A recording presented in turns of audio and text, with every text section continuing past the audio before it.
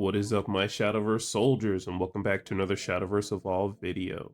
Alright soldiers, in today's video, I'm very excited because we're going to be talking about Runecraft sets 12 and 13. And I'm not gonna lie to you soldiers, sets 12 and 13 are really bringing those decks that were really dead or just like didn't have any momentum, and they now have like the momentum that they need to really work. Just like in the last video, if you soldiers were watching, we were talking about Swordcraft and, Albert Levin Saber was really a deck that couldn't be functioned. Now, as of set 12 and 13, that deck is going to be on the map, just like Mocking a Rune. But of course, enough of me running my mouth. Let's go ahead and get into these cards. All right, we're going to start with BP12 World Reaver's Descent. Alright, so getting into our first card, so we have Baphomet World Reaver, so he's a 6 cost 5/5. You're gonna evolve for 1, but when he comes into play, you can summon an Armored Tentacle token. You can also activate for 3 play points and banish 2 Machina tokens in your EX area. You could put this card from your hand into your EX area, then summon an Armored Tentacle token or an Assault Tentacle token. Alright, so finally, some Machina support. This deck was not playable. Like the big Baphomet that was a 7 cost that we got so many ages ago in the last set was barely playable and it wasn't really good. So hopefully these Armored Tentacles or the Assault Tentacles are going to be some pretty good cards that we can put onto the field that'll get us some value in the Machina deck. Alright, so let's look at Assault Tentacles. So it's a 3 cost 4/2. It has Storm, and then it has Last Words. You can select enemy follow on the field and then deal it 4 damage. Alright, so yep, already we have some value there. So not only do we get a 3 cost card that's going to be put onto the field from the Baphomet's ability that we just saw, so we get a nice 4 Storm, which also, if our opponent does take care of this card as long as it's not banished, we can go ahead and deal 4 damage to an enemy follower on the field, which is some good removal.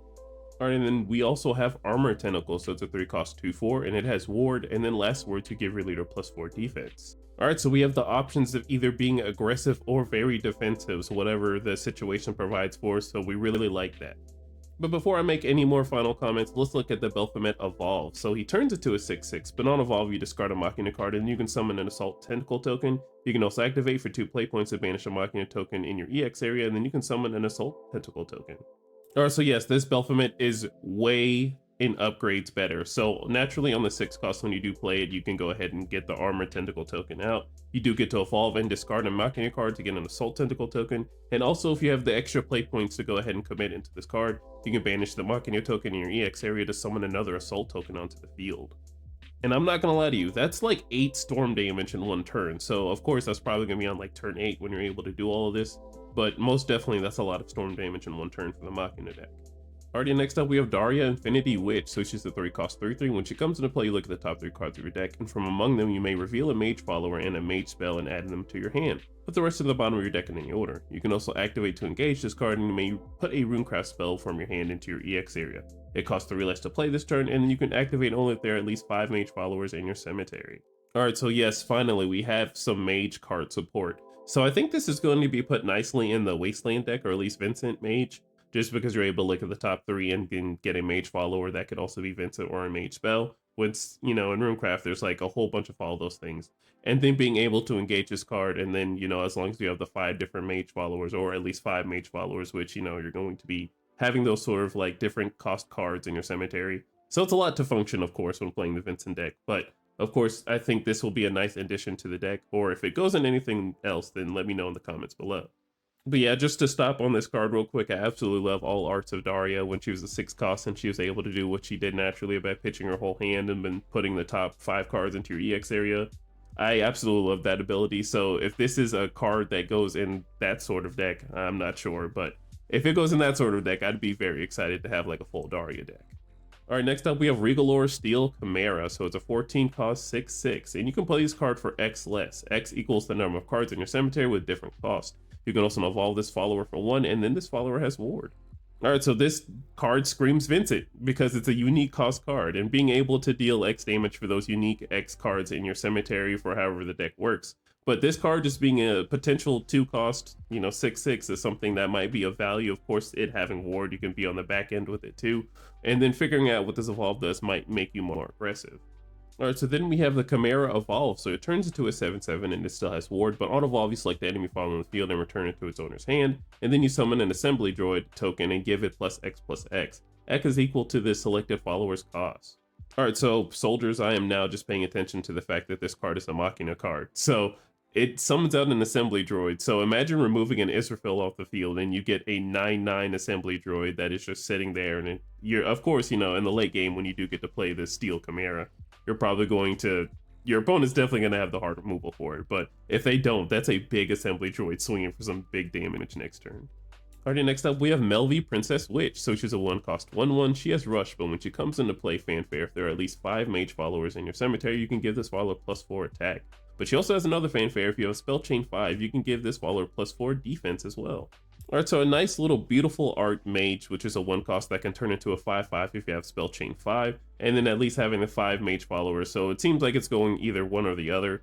But I think if you're managing to have both of them, in the late game, having 10 mage, or excuse me, 10 of the total cards being 5 mage followers and 5 spells in Runecraft isn't going to be like a crazy scenario.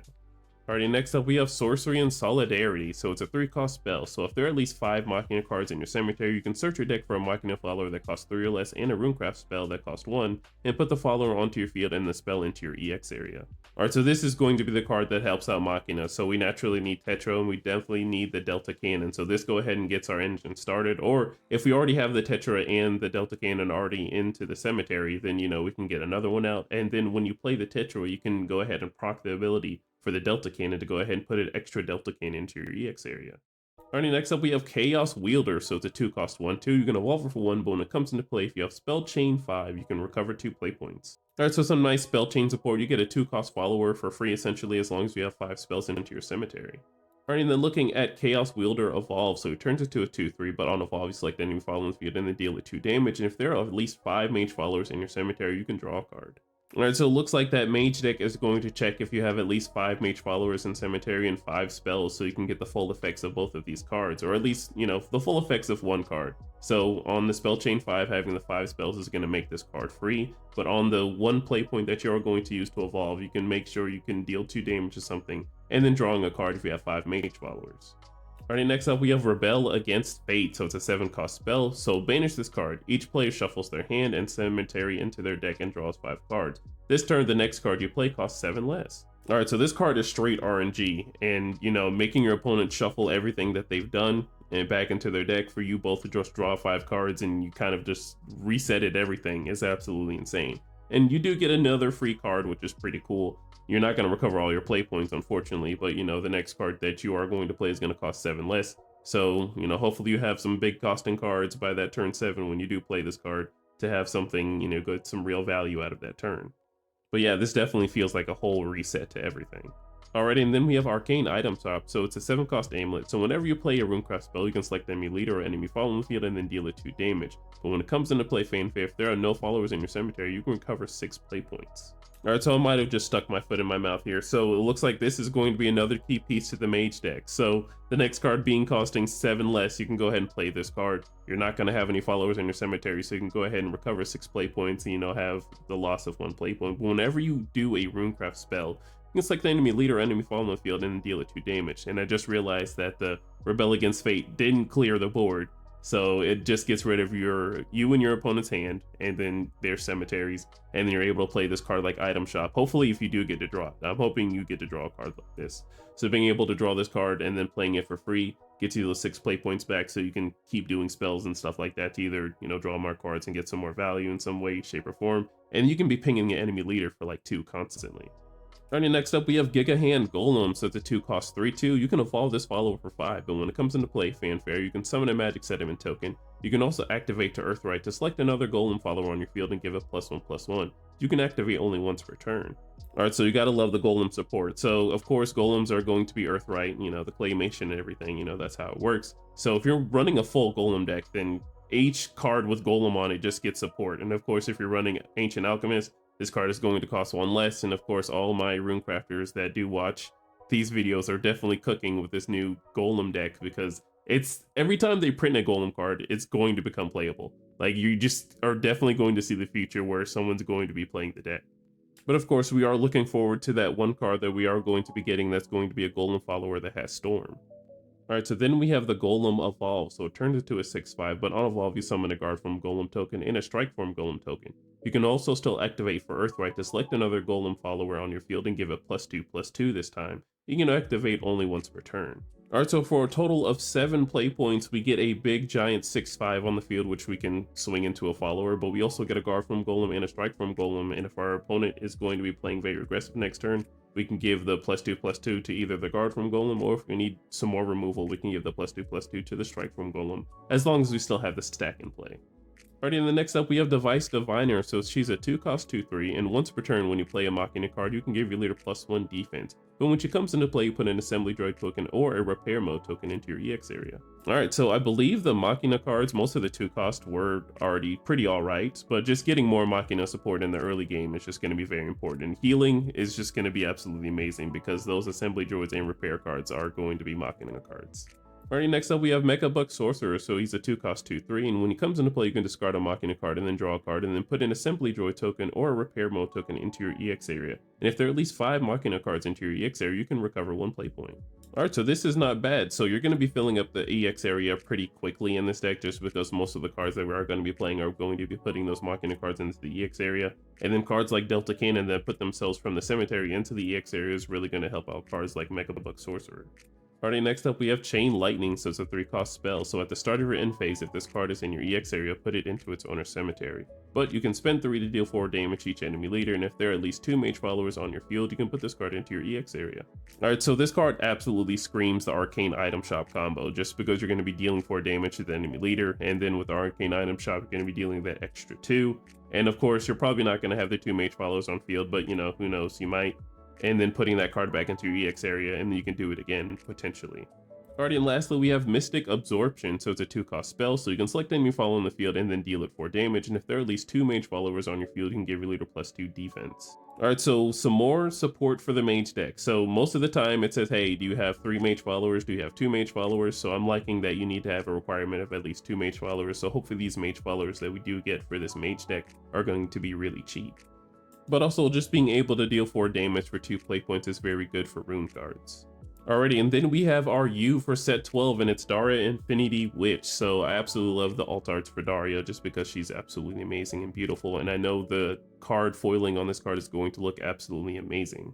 Alrighty, to all you runecrafters who are searching out for this Daria card, I hope you're able to pick it up. And alrighty, let's go ahead and move on into set 13, Dominion of Darkness. Alright, and looking at our first legendary here, we have Anne, Mysterian Imperatrix. So she's a 2-cost 2/2. When she comes into play, fanfare, you discard an academic card and then draw a card. And if there are at least 5 academic cards in your cemetery, you can put an Anne summoning token into your EX area. You can also activate to engage this card, and you may play in Rending Blast from your Evolve deck. You can activate only if there are at least 5 academic cards in your cemetery. Alright, so looking at the Anne summoning, so it's a 2-cost 4/4. It has Rush and Ward, and you banish this card at the start of your main phase, but when it comes into play, you give your leader +2 defense. Alright, and then looking at the Rending Blast, so it's a 3-cost spell card. You can deal 8 damage to each enemy leader.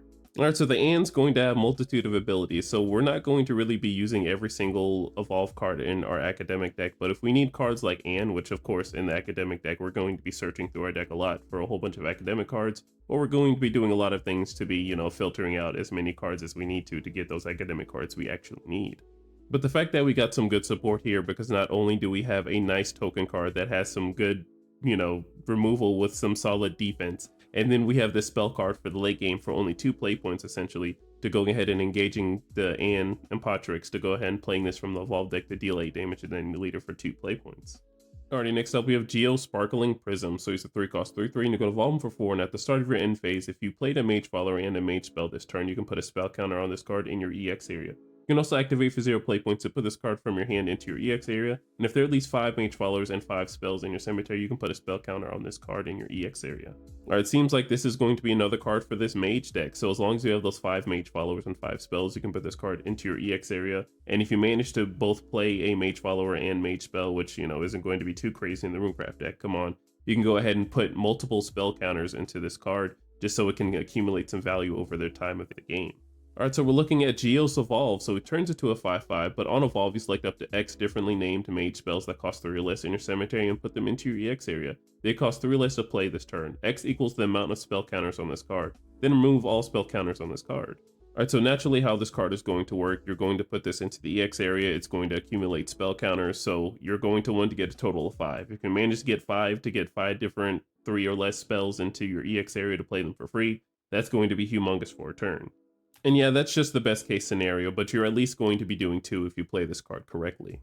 Alright, so moving on into Maleka Celestial Seer. So she's a 1-cost 1/1, you can evolve her for 2, and she has Ward, but when she comes into play, you look at the top 5 cards of your deck. You may put a card from among them into your cemetery and put the rest of the bottom of your deck in any order. So it's nice that we have a 1-cost Ward for the Vincent deck. I'm pretty sure this is going to be Vincent because Vincent is the card that's going to be checking cards into your cemetery. So of course, you know, the evolve's probably going to be a bit better, but on turn 1, you have a nice 1/1 Ward that lets you put a card into the cemetery. Alright, so looking at the Seer Evolve, so she turns into a 2/2 and she has Ward, but on Evolve you select the enemy follow in the field, and if there are at least 6 cards with different costs in your cemetery, you can deal it 4 damage. And then you draw 2 cards and discard a card. Alright, so I'm really enjoying the fact that this card has Ward, but this on Evolve effect is going to be pretty nice to being able to deal 4 damage to a follower for 3 play points, and then being able to draw 2 cards and discard a card. Alright, and then we have Greya Scorching Fury, so she's a 2-cost 2/2, and when she comes into play, you discard an academic card, and then draw a card. And if there are at least 5 academic cards in your cemetery, you can put a Resentful Blaze token into your EX area. You can also activate to engage this card, and then select the enemy follow in the field, and then deal it 1 damage. Alright, so what I really like about the academic cards is that for 2, you're able to just go ahead and discard an academic card and then draw a card. That's just really good in what they naturally do. And you're really going to be spamming out a whole bunch of academic cards, you know, once you get that Mysteria Magic Founder out on field. And the fact that when you naturally play this card, if you have the 5 academic cards, which isn't going to be too crazy, you can probably hit that around turns 3 or 4. And then being able to put the Resentful Blade token into your EX area for some good removal, potentially. Alright, so looking at the Resentful Blaze, so it's a 1-cost spell token, so you can choose one of the following. You can either 1, select enemy follow on the field and then deal the 4 damage, or 2, you can select 2 enemy follows on the field, and if there are at least 15 academic cards in your cemetery, you can deal them each 4 damage. Alright, so one thing about academics is we're going to get a lot of academic cards into the cemetery, so it looks like we're probably going to beef up the academic deck in some sort of way. Of course, we want to keep a solid 40 for some consistency, but you know, with all these academics having different late games and stuff, and the fact that we're going to be filtering a whole bunch, you know, 15 isn't going to be super crazy to do in this deck. Alright, so next up we have Whims of Chaos, so it's a 6-cost spell, so each player selects a follower on their field, starting with the player whose turn it currently is. Pass the selected follower to another player whose field it is not full. Alright, so this card like actually low-key like screams Glory Finder in a way. So I know like naturally in the terms of like standard Shadowverse, this is kind of weird though, you're just passing like followers to each other. I don't know how exactly like amazing it's going to be to, I mean, if you have like a small follower on field and then you trade it for like a bigger follower, like, you know, like Israfil or something, that might be pretty cool, of course. And, you know, I don't think fanfares are going to go off with this card because they're just kind of like trading places. But I do think that this card is really going to see like some good play in Glory Finder for those matches. Alright, next up we have Grimoire Sorcerer, so he's a 2-cost 2/2 and you can evolve him for 1. Alright, and looking at Grimoire Sorcerer Evolve, so he turns into a 3/3, but on Evolve you may put a mage spell from your hand into your EX area. For the rest of this turn, it costs 3 less to play. Alright, so this is just a smaller Crystal Fencer, but unfortunately you don't draw a card and discard on the unevolved fanfare. But this evolve is pretty important just because you go right ahead and get the 1 follower in cemetery if you want to trade in with the Grimoire Sorcerer, while also on top of the fact that you get the mage spell that you can go ahead and proc and then maybe potentially like draw cards or something. But you definitely get both the requirements of cards in your cemetery when playing this card. Alrighty, next up we have Hurricane Golem, so it's a 6-cost 5/5. When it comes into play fanfare, you deal 2 damage to each enemy follower on the field, and then Earthright, deal 2 damage to each enemy follower on the field. But it also has the last words to summon a magic sediment token.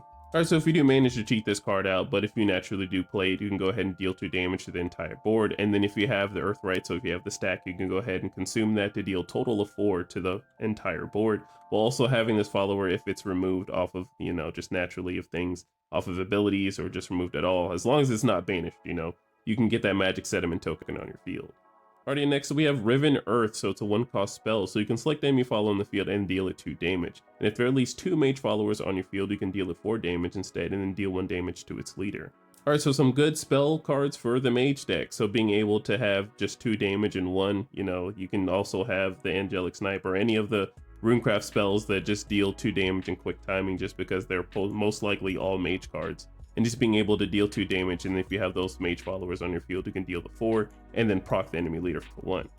Alright, next up we have Magical Squirrel, so it's a 2-cost 1/1, you can evolve it for 1, but when it comes into play you draw a card and then discard a card. You can also give your leader +1 defense as well. Alright, so a nice little scroll that gives you some moderate value, so being able to just dig through your deck a little bit and then getting rid of X card and then healing yourself for 1 isn't really bad. Alright, so looking at the magical squirrel evolve, so it turns into a 2/2, but on evolve you select the enemy following the field and then deal it 1 damage and deal its leader 1 damage. Alright, so I'm not gonna lie to you, I think this might be some really good support for the Onion deck because there's not that many evolve cards that do go into the Onion deck outside of the Onion Patch Master. So this being like an early game card that you can really play to just, you know, being able to draw a card, get rid of an Onion, and then being able to hit the enemy leader for 1 so you can start your rampaging of damage, and then also potentially maybe taking care of a follower or, you know, just weakening it some. Alright, next up we have Art Society Magus, and it's a 5-cost 4/5. When it comes into play fanfare, you put the top card of your deck into your EX area and you give your leader plus X defense. X equals the cost of the card put into your EX area.